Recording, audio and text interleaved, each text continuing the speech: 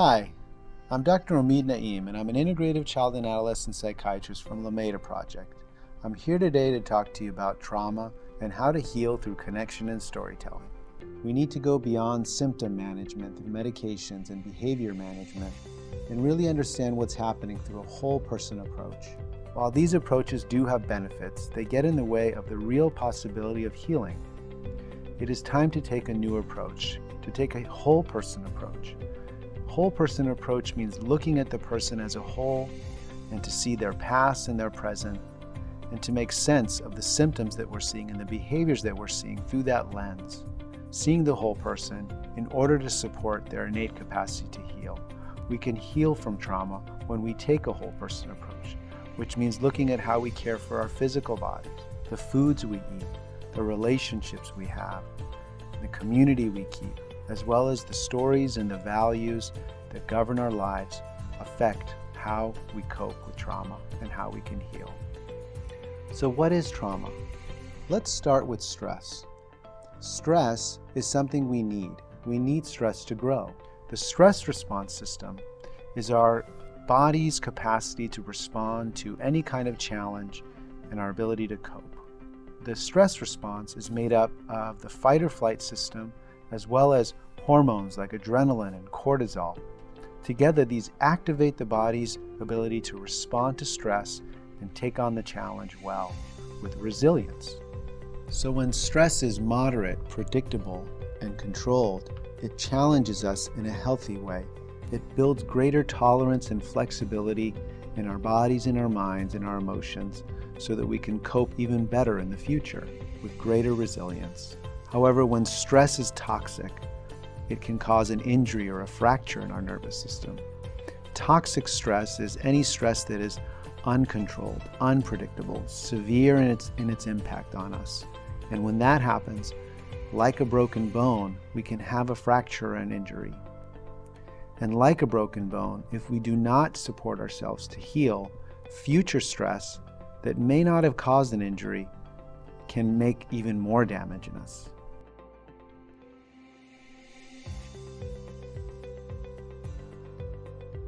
So what does trauma and toxic stress look like? Everyone's story is unique, and we all cope very differently.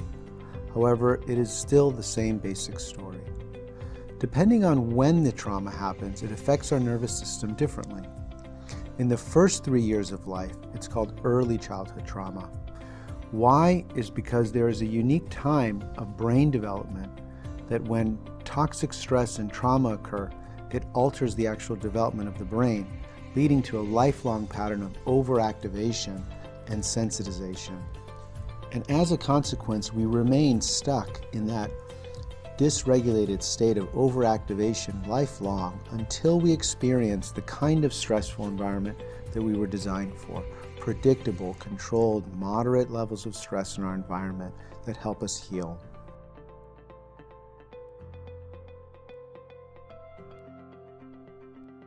Next is what's called simple trauma, which is the result of a single incident, such as a car accident or a violent attack. This leads our body to freeze up, holding that energy in our body from what happened. We remain stuck in that frozen state in a highly reactive and overactive response to anything that reminds us of that experience until we have a kind of condition that allows what's called a bodily release of that trauma and toxic stress. So here's the key, is to see that trauma is actually our heritage. Trauma and stress is part of all human experiences. We've all had experiences of being overwhelmed such that there's an injury mentally and emotionally, where our brains and our bodies become sensitized to things that remind us of that. For some, it may be a car accident. For others, it may be a violent attack. For others, it may be certain language or emotions that overwhelm them in the home. But we all have that experience of being sensitized in our bodies and holding in our bodies the memory, awaiting a condition in which we can release, feel safe again in that kind of an environment, and to heal.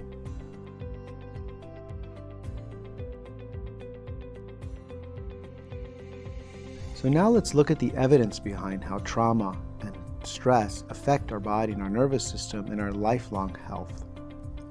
A landmark study called the Adverse Childhood Experiences Study, or ACEs, has been repeated multiple times, tracking over 17,000 people in the first study.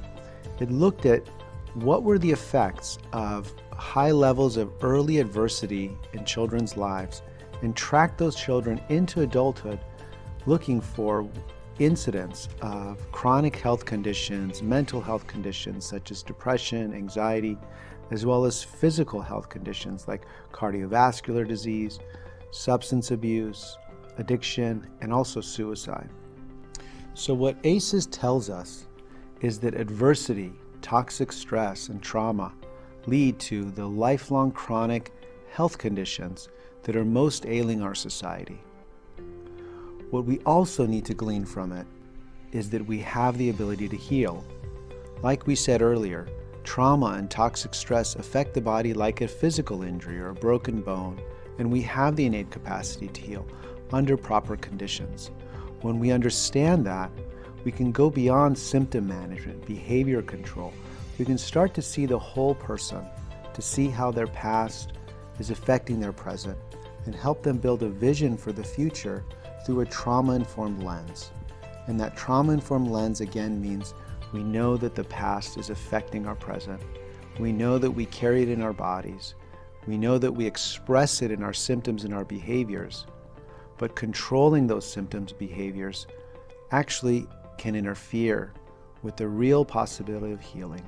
And what that means is when we see a symptom or we see a behavior that's troubling, we don't respond with the label or the judgment of what's wrong with you or you're doing something wrong or bad.